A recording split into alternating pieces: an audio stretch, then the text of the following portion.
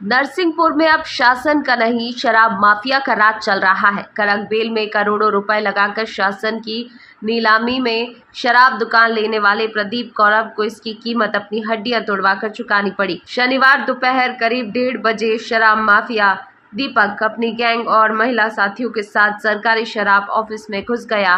पीड़ित प्रदीप का आरोप है, दीपक ने पहले ही धमकी दे रखी थी, दुकान भले शासन से ली है लेकिन चलेगी मेरे हुक्म से। माफिया का साफ कहना था कि शराब का एमआरपी क्या होगा, कितने में बेचनी है, सब वही तय करेगा और अगर हुकूमत नहीं मानी तो अंजाम बुरा होगा। नीलामी लेने के बाद भी प्रदीप ने माफिया की गुलामी से इनकार कर दिया। इसके बाद शनिवार को दीपक गैंग ने ऑफिस में घुसते ही प्रदीप को लात घूंसों से पीटना शुरू कर दिया। हैवानियत यही नहीं रुकी, आरोपियों ने प्रदीप को जानवर की तरह रोड पर घसीटते हुए बोलेरो में ठूसा और नहर किनारे ले गए। वहां चश्मदीद शुभम विश्वकर्मा के सामने बेसबॉल के डंडों से प्रदीप को तब तक पीटा जब तक उसकी हड्डी पसली चकनाचूर नहीं हो गई। हालत नाजुक होने पर प्रदीप को जबलपुर रेफर किया गया। इस घटना ने साबित कर दिया कि नरसिंहपुर में शासन का लाइसेंस अब रद्दी का कागज बन चुका है। जब करोड़ों की नीलामी लेकर भी व्यापारी सुरक्षित नहीं है, जब दिन दहाड़े सरकारी ऑफिस से अपहरण कर मर्डर की कोशिश हो रही है और पुलिस मूक दर्शक बनी हुई है, तो साफ है कि यहाँ वर्दी नहीं, माफिया का हुक्म चलता है। शराब का एमआरपी अब कलेक्टर नहीं, दीपक गैंग तय कर रहा है। आज प्रदीप को इसलिए तोड़ा गया क्योंकि उसने माफिया के सामने सिर झुकाने से मना कर दिया। अगर 24 घंटे में इस गैंग पर गैंगस्टर एक्ट नहीं लगा तो नरसिंहपुर में तख्ती लग जाएगी कि यहाँ प्रशासन नहीं, शराब माफिया का राज चलता है। राजीव वैष्णव के घर में मैं रहता हूँ किराए से, वहीं मेरा ऑफिस बना हुआ है। वहीं पे 1 बजे के लगभग वहाँ पे 10 महिलाएं और 25 लड़के आए और मेरे ऑफिस में आके मुझसे बदतमीजी करने लगे। तो मैंने बोला भाई मुझसे क्यों बदतमीजी कर रहा है? तो इस बदतमीजी को लेकर उन्होंने बताया कि यहाँ दीपक लोधी का वर्चस्व है, तुम्हारा कोई वर्चस्व नहीं रहेगा यहाँ और तुमको जो भी करना है दीपक लोधी के अंदर करना पड़ेगा। तो मैंने कहा ऐसा कुछ नहीं है। तो इस बात को लेकर मेरे ऑफिस में घुस गए जहाँ मेरा कैश रखा रहता है, उसका तो उन्होंने सीधा मुझे मारपीट करना चालू कर दिया। वहाँ पे मुझे मारा पीटा बहुत ज़ोर ज़ोर से। उसके बाद मुझे वो घसीटते हुए बाहर लेके आए। वहाँ पे बोलेरो में दीपक लोधी अंदर बैठा हुआ था। उसी बोलेरो में मुझे ले जाके नहर के पास ले गया। फिर उन्होंने मुझे वहाँ मारा।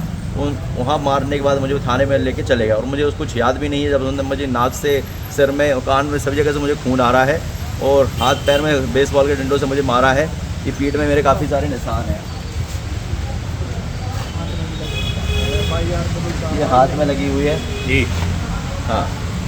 फिर महिलाएं भी साथ में थी आप बता रहे हैं? हाँ, महिलाएं भी थी, 7-8 महिलाएं थी। अच्छा। ये सब कुछ उनने पूरा षड्यंत्र प्री प्लान करके रखा हुआ था, उसी के तहत मेरे ऊपर हमला किया गया। उसमें व्यक्ति किसके कहने पे? दीपक लोधी बौछार। ये कौन है, वहाँ पे क्या करता है? ये अवैध शराब कारोबारी है और ये काफ़ी दिनों से पैसे और इन सबको पार्टनरशिप को लेकर कथित तौर पर जो है शराब की अवैध उसमें सक्रिय है। हाँ जी, उस क्षेत्र में थाना थैमी के तहत। अच्छा। तो आपका कोई कैश वगैरह लूटा गया, आप कह रहे हो? हाँ, मेरा वहाँ कैश रखा हुआ था। लगभग संभावना जो लड़के घुसे हुए थे क्योंकि पूरी दुकानों का कैश आया हुआ था और ऑफिस में कैश रखा हुआ था। पुलिस जांच में आप कैसे क्या सहयोग करेंगे वहाँ? मैं तो सहयोग कर दे, लेकिन पुलिस जो कि वहाँ कोई सहयोग नहीं कर रही है। साक्ष्य क्या क्या उपलब्ध कराएंगे? वहाँ पे फुटेज भी दिख रहे हैं जो मुझे रोड तक मार के लेके आए और मेरे ऑफिस में कैमरे भी लगे हुए हैं। सब रिकॉर्ड है? सब रिकॉर्डेड अभी तक तो है। आगे अगर इन लोगों के द्वारा कुछ नहीं किया गया तो रिकॉर्ड आपको मिल जाएगा। अभी आप जिला अस्पताल इलाज कराने आए हूँ मैं। सिर में भी चोटें आई? सिर में चोट आई है, पूरी जगह मुझे मारा गया 25 लड़कों के द्वारा। आप क्या बेहोश हो गए थे क्या? मैं बेहोश हो गया था, मुझे इतना मारा, पूरी नाक से खून बहने लगा था। कैसे सूचना लगी, कैसे आपके साथी यहाँ लेकर आए? मेरे को जेल थाने में ले जाके मुझे फेंक दिया। फिर मुझे थोड़ी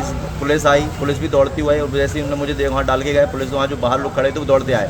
तो मुझे उन्होंने बोला क्या हो गया? तो फिर मुझे याद आया, तो फिर वहाँ मैंने अपने लोगों को फ़ोन लगाया और तुरंत मेरा ड्राइवर मेरी गाड़ी लेके पहुँच गया था।